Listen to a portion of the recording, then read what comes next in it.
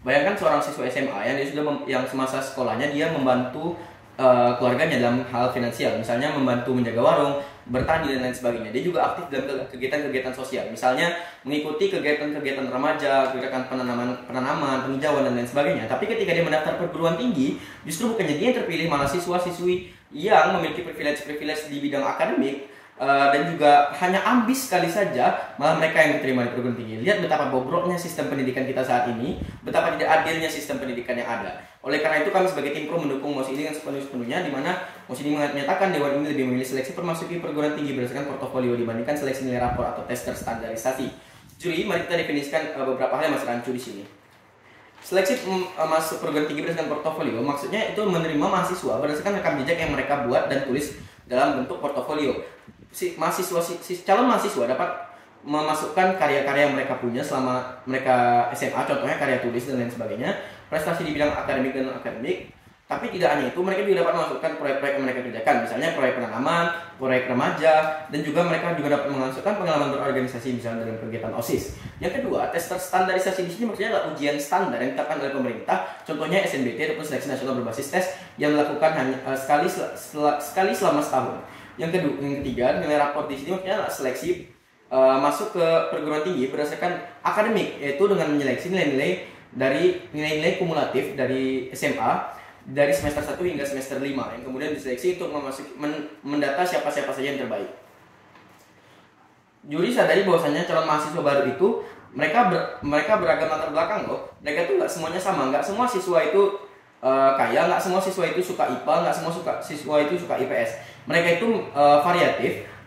Mereka itu tidak bisa digeneralisasi, Juri. Dengan minat dan bakat mereka itu sendiri, mereka berhak untuk akses pendidikan yang tinggi, yang lebih adil dan sesuai potensi mereka. Oleh karena itu kita nggak bisa menggeneralisasi pendidikan dengan sistem tadi. Yang kedua, perguruan tinggi itu berkepentingan untuk mendapatkan mahasiswa yang terbaik dengan potensi yang nyata, bukan yang mereka itu hanya jago di ujian satu saja, yang mereka itu ambis hanya ketika mau SNBT. Yang ketiga, pemerintah sebagai aktor yang berperan penting itu harus mengatur sistem seleksi masuk perguruan tinggi agar bersifat adil dan relevan untuk perguruan tinggi dan juga kepada calon mahasiswa baru. Juri, di sini kami sebagai tim pro mendukung penuh mosi ini karena dengan seleksi portofolio itu kan lebih adil, lebih manusiawi dan lebih akurat berdasarkan dalam mengukur kualitas mahasiswa dibandingkan dengan dilakukannya dengan tes yang terstandarisasi ataupun nilai rapor. Juri sadari bahwasanya di status quo seleksi yang saat ini itu masih kaku loh. Ini masih terlalu administratif, di mana nilai rapor itu sendiri bahkan bisa dimodifikasi. Contohnya di nilai ini di sekolah X seorang wali murid itu dapat membayar ataupun menyuap guru dengan memodifikasi nilainya hingga menjadi bagus. Dan juga oleh karena itu nilai rapor ini tuh bersifat masing-masing terhadap sekolah, tidak bisa digeneralisasikan. Kemudian yang kedua, kemudian di status quo itu sistem yang ada itu sangat nggak relate dengan kemampuan yang ada dan keunikan siswa. Sistem yang sekarang itu condong kepada mengukur level kognitif daripada siswa. Contohnya dengan adanya LBI, LBING, PU, PM, PK dan lain sebagainya. Nah, pemerintah melaksanakan sistem ini itu karena bagi mereka ini tuh sangat mudah dalam administratif dan efisien secara logistik. Mereka melaksanakan ini karena itu memang adalah cara yang gampang, cara yang mudah untuk menentukan siapa yang berhak dan siapa yang tidak berhak. Nah, tapi dengan adanya itu, justru siswa-siswi yang kreatif dari bidang akademik, non-akademik misalnya, mereka akan terabaikan karena ini mengukur dari sistem akademik, mengukur dari level kognitif dari siswa-siswi. Dan juga siswa dengan privilege itu akan diuntungkan. Contohnya siswa yang kaya itu bisa mengikuti bimbel, membeli buku-buku SNBT dan lain sebagainya. Nah, bagaimana dengan siswa miskin? Siswa miskin akan terabaikan begitu saja, Juri. Nah, oleh karena itu solusi yang terbaik adalah mosi ini dengan hadirnya mosi ini, yaitu dengan mengganti sistem seleksi yang sekarang menjadi sistem portofolio yang lebih relevan, lebih akurat, serta lebih cocok untuk masuk ke perguruan tinggi. Masuk pada argumen kami. Satu, kami akan membahas mengapa mosi ini dapat dijustifikasi secara prinsip.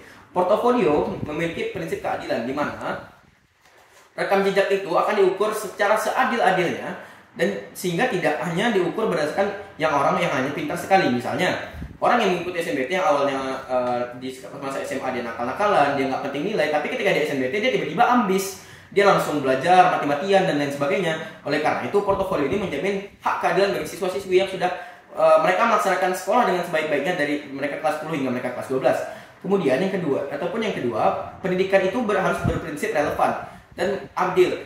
Sistem pendidikan itu harus mengenal yang adanya keragaman potensi siswa-siswi. Gak semua siswa-siswi itu dapat digeneralisasikan dengan satu tingkat tes, dimana misalnya tes SNBT tadi, nggak semua siswa itu bisa melaksanakan tes SNBT dengan baik, karena tidak semua siswa memiliki level kognitif yang sama. Tes itu hanya menggeneralisasi level kognitif siswa, juri. Kemudian yang ketiga, meritokrasi sejati yang ada pada mosi ini itu dapat dijustifikasi, karena dengan adanya upaya jangka panjang dan bukan instan, siswa-siswi itu dapat berkembang dan berkontribusi bagi sekolah dan lain sebagainya. Bukan hanya mereka yang dapat dengan instan belajar instan, tapi mereka harus belajar dan berkembang dari awal mereka masuk SMA hingga mereka keluar SMA.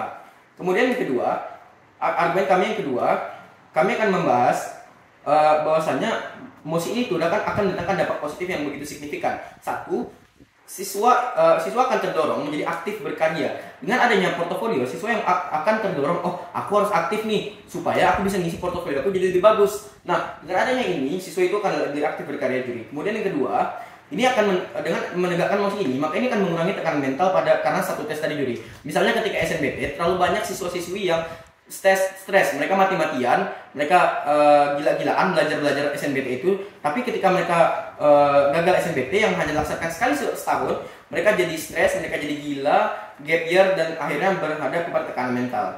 Sehingga ini akan juga meningkatkan pemerataan akses bagi siswa yang kurang di akademik tapi memiliki banyak pengalaman, sehingga dengan tidak menggeneralisasi ini, juri.